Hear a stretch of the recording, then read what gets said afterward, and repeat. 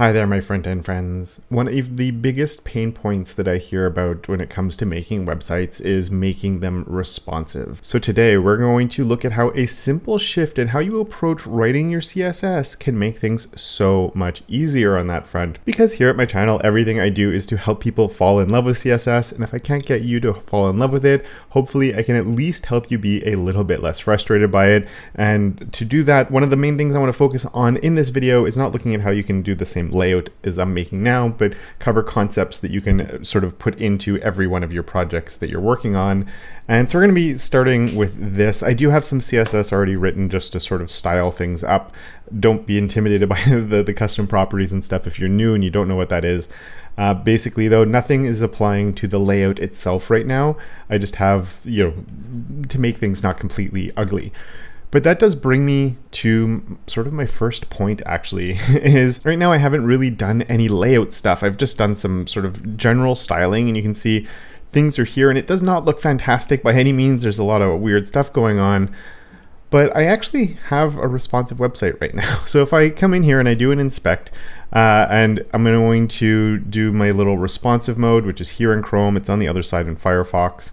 And when I do that, my website is basically responsive. There's a bit of a problem, and it's being caused by my images. You can see it's growing and it's shrinking, and stuff is going on with it. And that's like, if I come here and I actually remove all of my CSS, there's nothing in there. I just comment it out. I select all, Control / and it comments out whatever is selected. And it's still responsive. Now I have this image that's overflowing, which is sort of what's causing things to shrink down a little bit, because images are that one thing that sort of can actually cause problems. So that's often, you'll see CSS resets and things like that, where you'll have your image and then a display block and max width 100%. And the reason that we do that is because then my image will adapt to the screen instead of it being this really big thing that sort of shoots out the side. So now you can see that it's adapting as I'm doing that, and I have an ugly website, but at least it's working on all screen sizes with basically one line here. If you have large SVGs, picture elements, other things, you might have to add a few other things to the selector, but generally that's sort of the baseline of what we want to do. And that does mean that whenever you do run into issues with responsiveness, it means you wrote some CSS that caused it, and that sucks to hear. But it's not CSS's fault when that happens, right? It's our own fault, and often a misunderstanding of CSS and sort of how we should be working with it. So I'm just going to turn my other colors back on, so we're in a dark mode and stuff. It's a bit less bright for all of us, and we can keep on going. And we have some nicer fonts set up basically. For now, I'm going to turn off that responsive mode as well, though. We'll sort of turn it on and off as we need it and as we go through this. And the next thing that I want you to think about,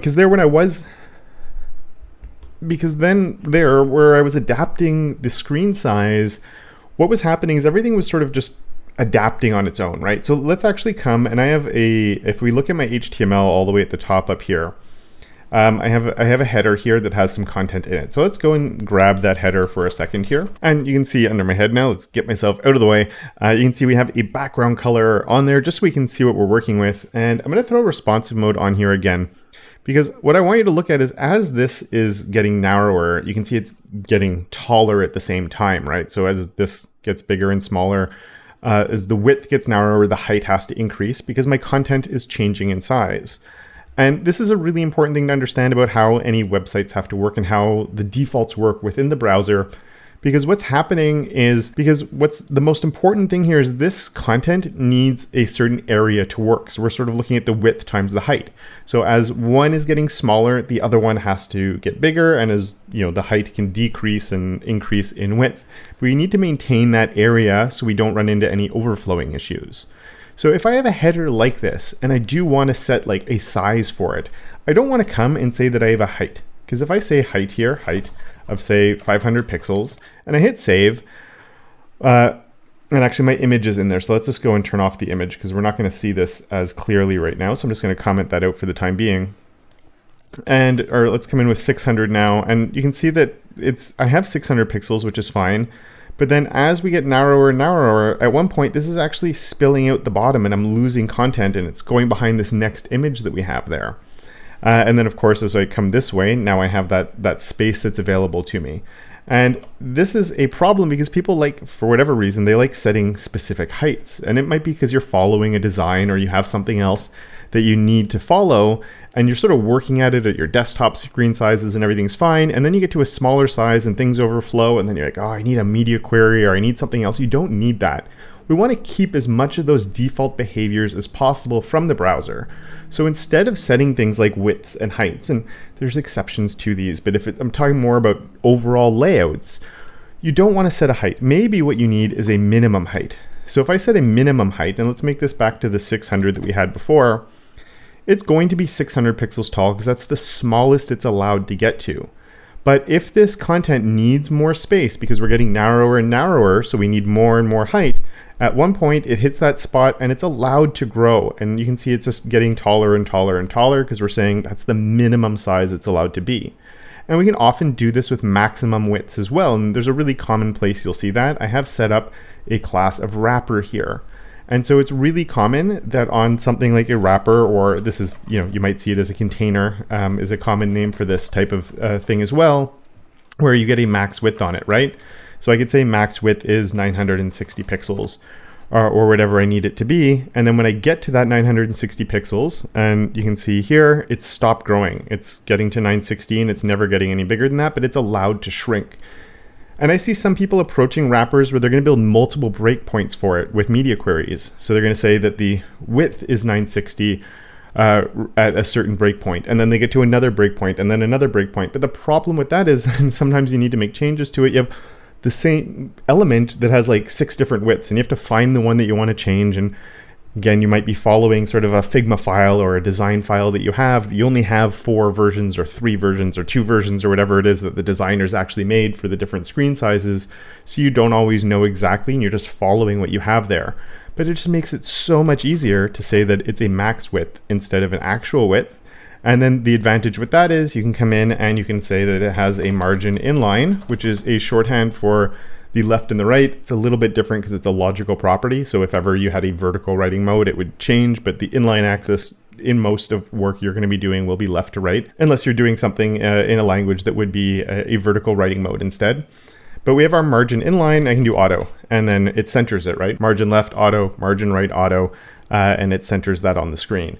And then we get this thing that's very adaptive because we're saying a maximum width. It cannot get bigger than that, but we want to allow it to shrink because if not, you have overflows. And then you have that opposite approach for your header here, because with heights, you definitely want the opposite. Widths, you tend to do max widths. Heights, you tend to do min heights. And it's a very safe approach to doing things. Now, let's say I was doing this guy, because this is like an about the author that has a little blurb about the author. That's somewhere where I might actually make a difference.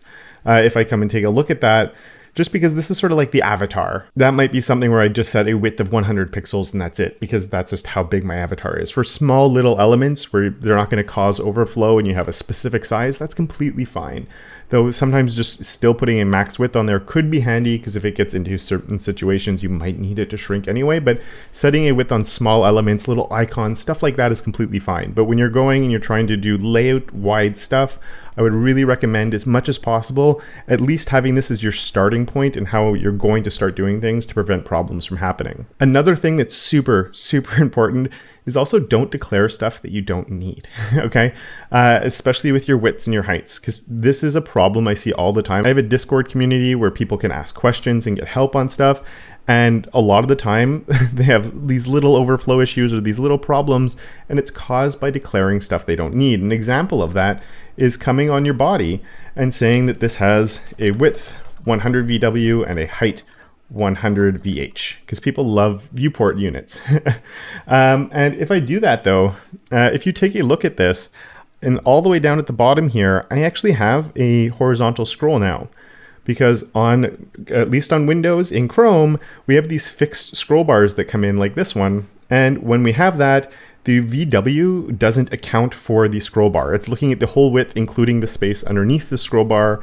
And so when you do that, you get these little things like this. And it's really, really frustrating. So my width on my body, and let's just highlight this. I'm going to come here and put a border of like 10 pixels, solid red, just so we can see it. You can see there's my body, and you can see, and I have a height 100 VW, which is why it's stopping there and everything's overflowing.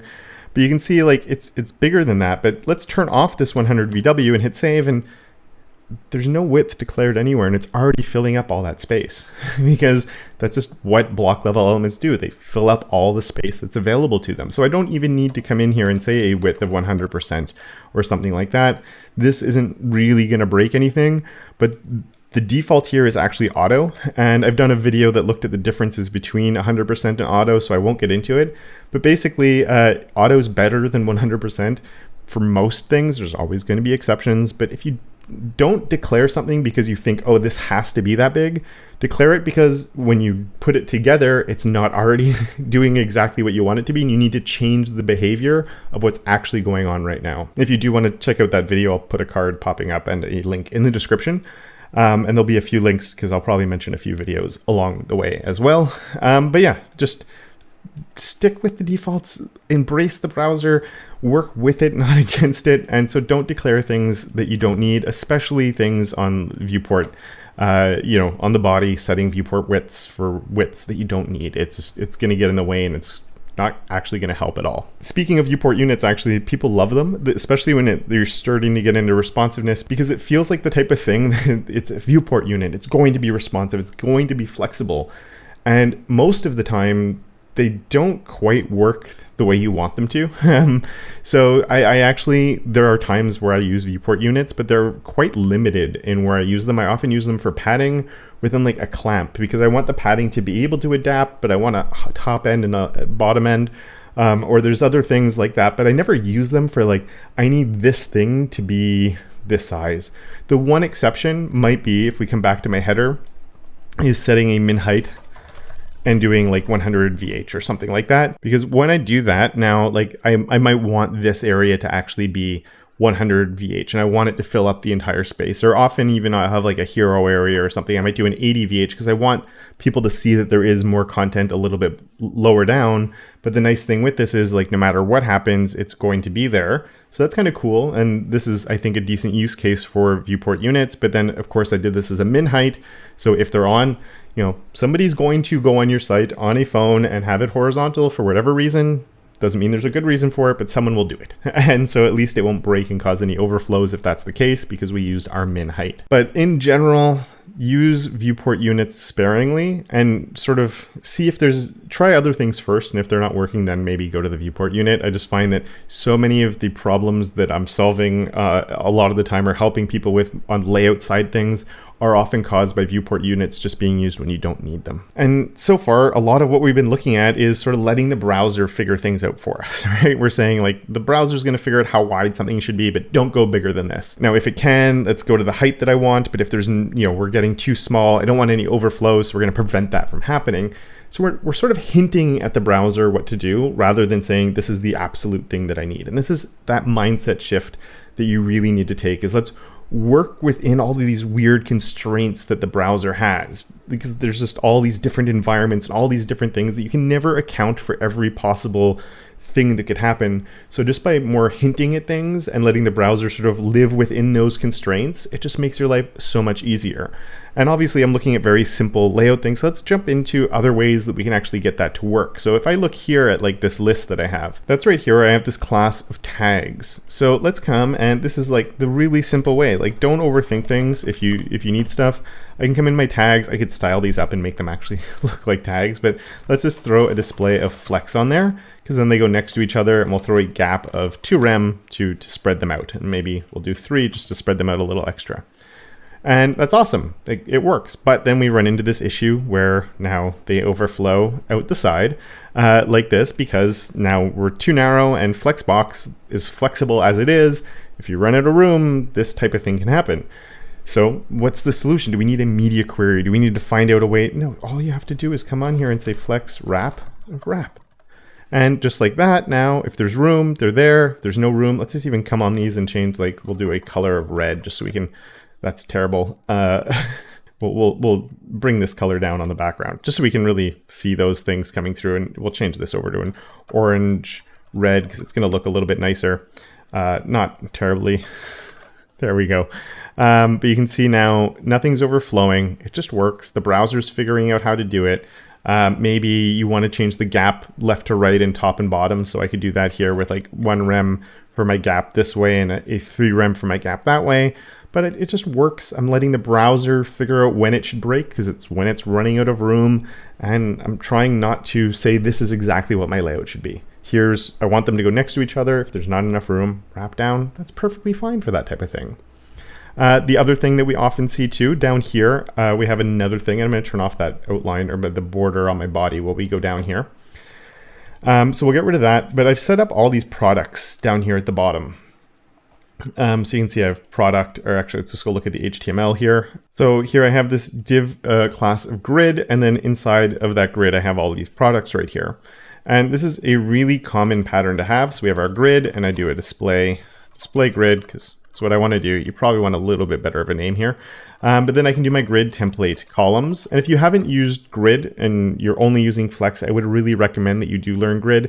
Flex is amazing, it's fantastic, but grid does some things better than Flex, and Flex does some things better than grid does. Or I don't know if I said that right, but each one is good at certain things and less good at other things. And so you want to sort of lean into what they're good at.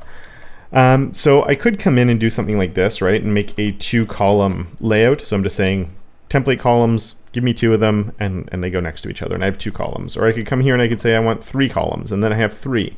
But once again, we run into this problem of, when is it going to, at one point they get too narrow. Do I need a media query to decide on when things are changing and breaking? And it's like, well, we could do that, or we could take the more intrinsic approach. And this is a term that was coined by Jen Simmons called intrinsic design or intrinsic layouts, where you're sort of hinting at the browser what to do, and it's just going to figure it out for us. It's so much easier to work this way. And the whole pixel perfect thing, first of all, please don't try and do that.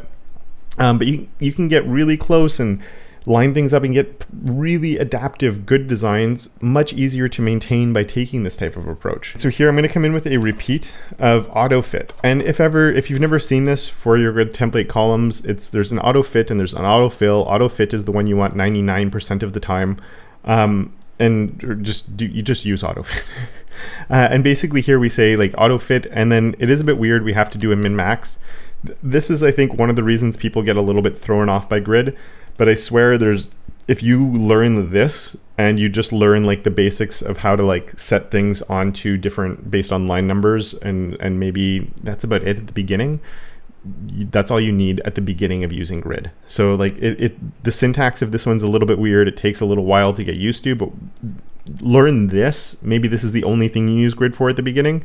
And the 1FR, 2FR, 200 pixel type things for your specific columns, and you're golden. There's a lot of complexity with grid, but you don't need to know all of it.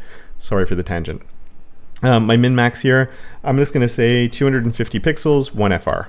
And now it's going to let them get smaller, but as this gets bigger, as soon as 2 of them can fit next to one another and be 250 pixels, well, then we'll get 2. And then we get 3. And then it's going to stop there because I'm in my wrapper. So we never have more space, so they can never grow bigger than that. But if I had more room, it could go to 4 and it could go to 5. So it's all depending on the space that's available. But I just get these. They're working. It's super handy. It works amazingly well. And I don't have to worry about when this is happening. That's always a question I get from people is when I'm using my media queries, where do I put them? Like what are the breakpoints I should be using? I don't know if I can avoid it. I just won't put any at all because I can let the browser figure it out for me, whether it's things wrapping along like this or whether it's my layout that's going like this, anything like that. It's just fantastic. And we're letting the browser do the heavy lifting for us. And this idea of letting the browser, this is where let go of the control. It's really the purpose of this entire video is that mindset shift of leaning into letting the browser do its thing and just sort of hinting at it what we need. Now, there's 100% times where you do want to use media queries. So it's not to say never, but sometimes they can be useful. And it's usually when you have like a specific thing that's just going to switch. And there's actually like other ways we can approach this, but let's keep things really simple. And if we come and look at my HTML here, I have this div class with sidebar, and it just has 2 children in there. Their names aren't really terribly important. It's basically anyway, we'll see what it is once I style this a little bit more. But I'm just going to come in and drop this here where my width sidebar, I'm just going to say it's display grid to sort of set the stage, and it also will help with my spacing a little bit. And then I'm going, so let's just come here, I'll hit save, and you can see it adds a little bit of spacing. I probably want to style this top bit a little bit better if I was actually doing this. But then I'm going to say when we hit this minimum width size of 760 pixels, well, I'm going to add in some template columns here. So I'm going to give myself a column of 300 pixels on the left and a 1FR. So just take up the rest of the available space, and we can throw that on the right side. And let's check this out, and you'll see that once I get to that, well, now I have my 2-column area set up right there, and it's exactly what I want it to be. I also increased my gap just to make sure that the spacing here wasn't too big.